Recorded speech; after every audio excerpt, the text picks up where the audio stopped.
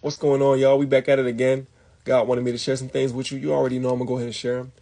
People say God is evil for multiple reasons, and we're going to shut that down tonight. First of all is hell. I've seen the meme of Jesus saying, I'm saving you from what I'm going to do to you. You're wrong and you've misunderstood the word. Hell was created for the fallen angels who became Satan and his demons, and it was never intended for any human to have to go there. 2 Peter 2 gives examples of what God has done as a precedent set for his uplifting of the righteous and his allowing the wicked to be overcome. Verse 4 gives an example that says, For if God did not spare the angels that sinned, but threw them into hell and sent them into the pits of gloom to be kept there for judgment. And it ends that way because it continues and says, for if God, did this and if God did that. Basically saying that one of the examples of God's consistency against evil is where he's put the angels who attempted to overthrow him and then corrupted the original perfect humans, Adam and Eve. Those two first humans weren't sinners at first, but the fallen angels and Satan were. So at that time, hell could have only been created for the demons and Satan.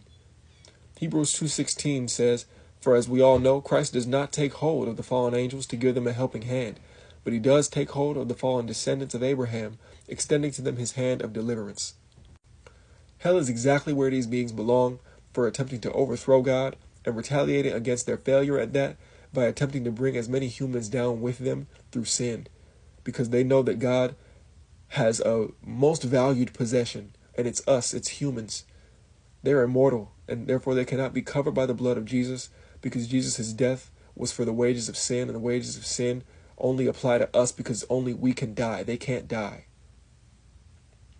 You do not belong in hell, and the only thing that can put you there is your own choice to reject the gift of Jesus' sacrifice and to live a life that goes against the Father.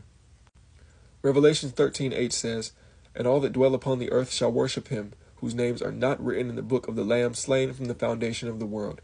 Basically, this is saying that the last people on earth who won't be taken up through the book of life, they're going to be worshiping Satan here on earth.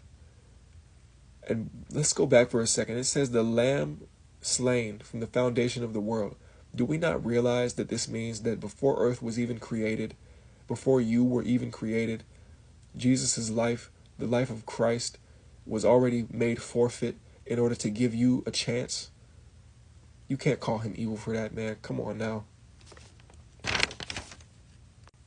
Next is Noah's Ark. They say that God is evil because children and babies lost their lives in the flood, but anyone who knows the facts knows that you only go to hell for knowing you need to accept Jesus to be saved and rejecting that idea on purpose. A baby can't reject or accept Jesus, and a baby can't sin in the first place.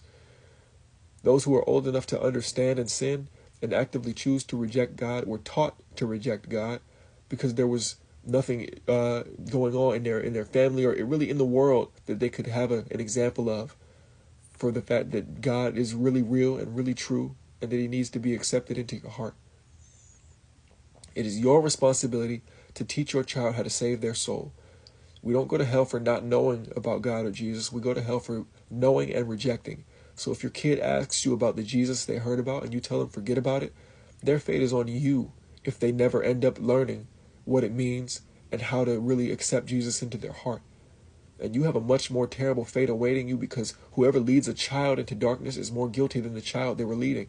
Matthew 18:6 says, But whoever causes one of these little ones who believe in me to stumble in sin, it would be better for him to have a heavy millstone hung around his neck and to be drowned in the depth of the sea.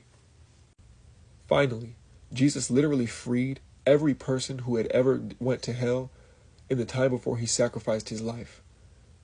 Jesus got up from the grave, and in Revelations 1:17 he says, Do not be afraid. I am the first and the last, and the ever-living one.